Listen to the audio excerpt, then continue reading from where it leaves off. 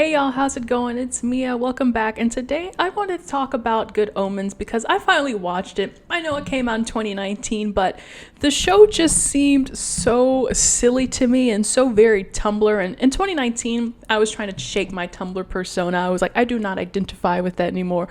But I'm back. It's 2022, and I was really going on this off of the heels of The Sandman. I was like, well, if The Sandman is that good, Neil Gaiman, I'll give Good Omens a try. And try I did, and I really I really loved it. I'm actually glad that I did finally give it a chance. So honestly, my first impression of this watching the first episode, and I'll try to keep this as spoiler free as possible, watching the first episode, it felt a little cheesy to me. I was like, this feels like it's an adaptation of a novel, kind of just, I don't know, at least coming off of The Sandman, and you could just sort of see these silly, willy little things. And it's a comedy. It's way more comedic than The Sandman. So I was like, okay, it took me a while to kind of jump into that and get used to it. But eventually I came to love it. The story was really wonderful about, an angel and a demon coming together to stop the apocalypse because they've grown to attach to Earth and to attach to the humans. And so obviously Neil Gaiman as well, written by Terry Pratchett. Great story overall. So I think that obviously was a win-win. And the big one, the big one was the acting between David Tennant as Crowley and then Michael Sheen as the Angel Azrael. And yeah, these guys really, they make the whole show. The chemistry between those two, wow, they really played it up. And like, I'm trying not to go into too much, but it's kind of like, like an opposites attract sort of thing. Like, an angel should be friends with a demon should be friends with an angel, trying to stop the Antichrist, and yet here we are. It's so kind of, I guess, delectably wonderful, especially like David Tennant. I've been a huge fan of him. I would say he is my favorite Doctor of all the, doctors on Doctor Who, and I just love, so he goes into this cool guy persona. He's like one of those Neil Gaiman characters with glasses, and I brought a prop, don't and he's like, he's got this cool boy mentality, so he's always like slouching, and he's like, well, I think if we're gonna stop the Antichrist, and we better do it soon. And he's just really, he plays it so very cool. He's always got kind of like a little edge to him, and he's supposed to, he's a demon. I should maybe take these off. Then Michael Sheen is a little cute goody two shoes. He's always like, well, perhaps if we just, maybe if we just go with this. It's just so adorable, so cute. These two characters really grown on me, and it's only over the course of like 6 episodes in total.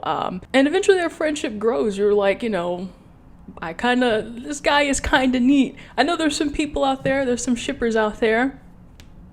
I don't know, I might be a shipper, who knows, but that's besides the point. Another kind of cool thing about this thematically, and I'm not always here for the themes and literary analysis, but I really did particularly like that a very kind of obvious theme about this was identity, who you are, and destiny, and kind of going against the grain, discovering who you want to be and not what destiny decides you're supposed to be, or fate or convention decides you're supposed to be, right?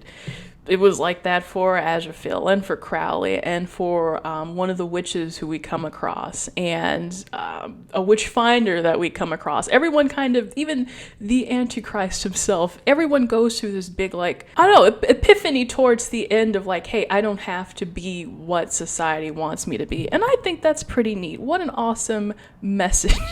And I also have to give it up, like, this is a comedy. It's a British comedy, so, sometimes you're like, oh, but it was funny. It was funny to me. And one thing that I noticed was the budget for this, the CG budget. Oh man, I joked that Amazon probably gave Neil Gaiman and crew like $100 max for the CGI. A lot of it is really bad, but kind of in an endearing way, the way it's kind of like old school New Who is, where it's like, this looks horrible, but because it's a comedy, I'm not going to take away too many points, and it kind of makes it funnier in a way versus if it were to be something like the Sandman where they get a little bit more money, or honestly even Lord of the Rings, probably Amazon probably gave them like $1 billion for their CG budget. So maybe for season 2 Good Omens might get a better budget, but I just thought that was kind of funny.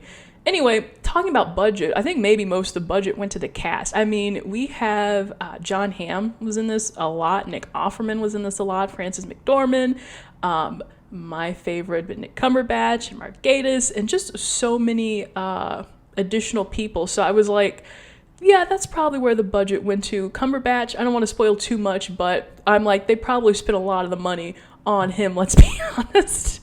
And I mean, our 2 leads as well. But yeah, I just found the whole thing very, very endearing, very delightful. And so I am excited that there is a season 2. And I didn't know there was going to be a season 2 literally up until not that long ago.